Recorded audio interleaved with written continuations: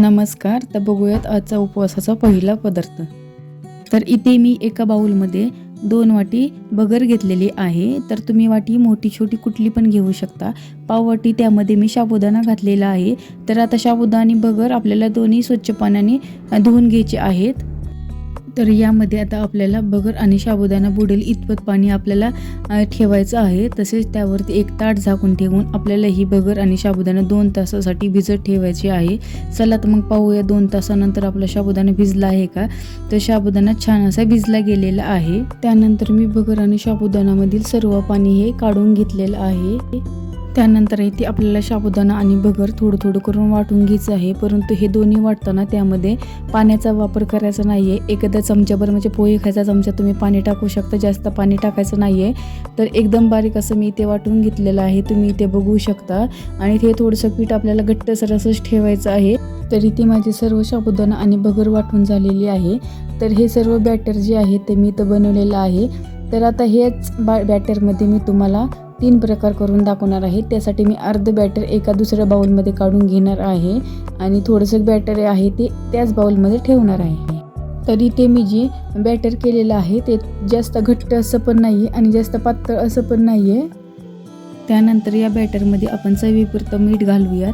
त्यानंतर हे व्यवस्थित असं हलवून घेतल्यानंतर त्यामध्ये आपल्याला पाव चमच्यापेक्षा थोडासा कमी सोडा यामध्ये आपल्याला घालायचा आहे. त्यानंतर त्यामध्ये कडकडीत असं 3 चमचे तेल आपल्याला यामध्ये घालून बॅटर व्यवस्थित असे हलवून घ्यायचं आहे. जर तुम्हाला 1 वाटीची इडली आणि 1 वाटीचा जर आप्पे बनवायचे असतील तर तुम्ही 1 वाटीसाठी पाव चमच्यापेक्षा थोडासा कमी आपण इथे सोडा घालायचा आहे. त्यानंतर इथे मी सर्व आप्पे पात्राला तेल लावून घेतलेले आहे. तर तुम्ही इथे बघू शकता मी पीठ हे कसं केलेलं आहे. थोडं घट्टसर असंच मी इथे पीठ ठेवलेलं आहे.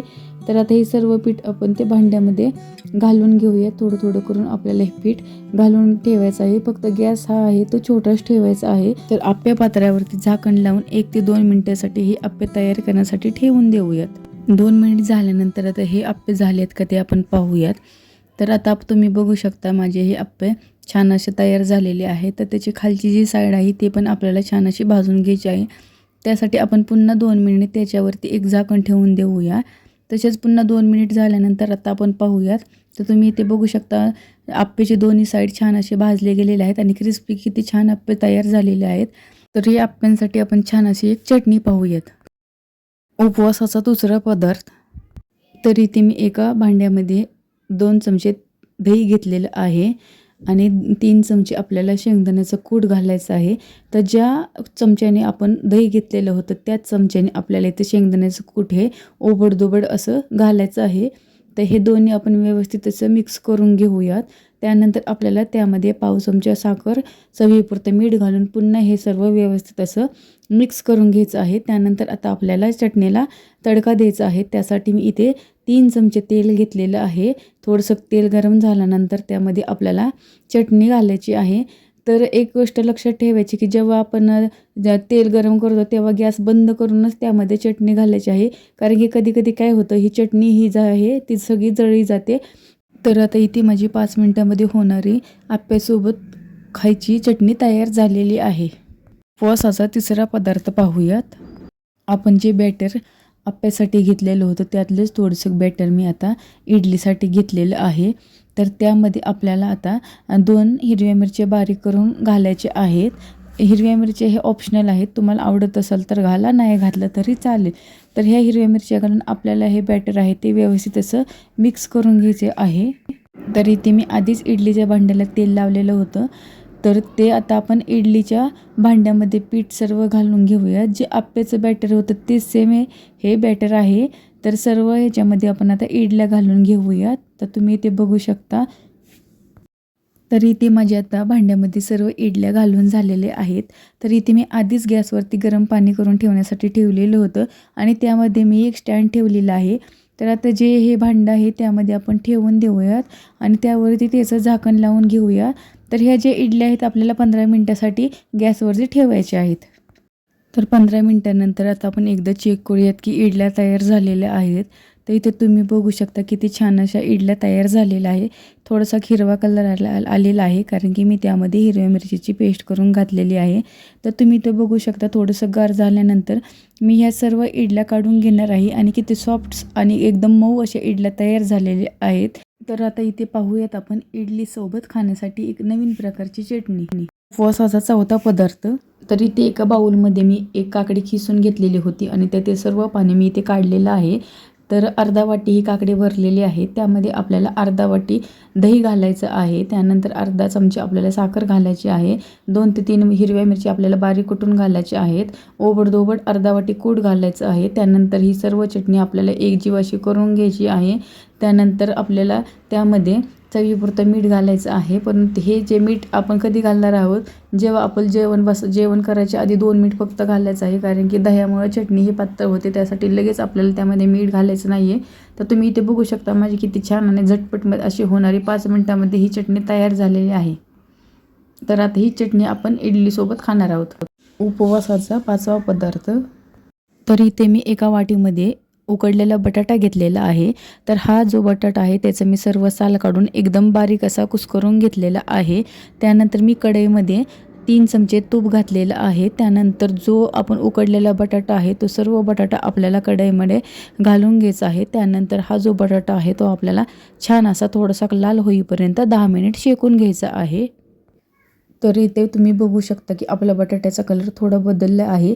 तर ज्या वाटीने आपण बटाटा घेतलेला होता 1 वाटीवर, त्याच वाटीने आपल्याला इथे अर्धा वाटी दूध घालायचं आहे. 2 ते 3 मिनिटांनी हे दूध हे सर्व आटलं जातं. त्यानंतर आता आपल्याला तुम्ही इथे बघू शकता तर हे सर्व दूध आटून गेलेलं आहे. त्यानंतर आपल्याला त्यामध्ये 3 चमचे साखर घालायची आहे. पोहे खायचा 3 चमचा म्हणजे पाववाटी साखर. जर तुम्हाला जास्त आवडत असेल तर तुम्ही जास्त पण घालू शकता. साखर टाकून हा शिरा आपल्याला पुन्हा 10 मिनिट छान असा शिजवून घ्यायचा आहे. तर इथे बटाट्याचा शिरा छान असा शिजल्यानंतर त्यामध्ये आपल्याला 2 ते 3 काजू, 2 ते 3 बदाम आणि 2-4 मनुके मी यामध्ये छान असे खिसून घेतलेले आहेत आणि ते त्यामध्ये घातलेले आहेत. तर तुम्ही इथे बघू शकता माझा बटाट्याचा शिरा किती छान असा तयार झालेला आहे.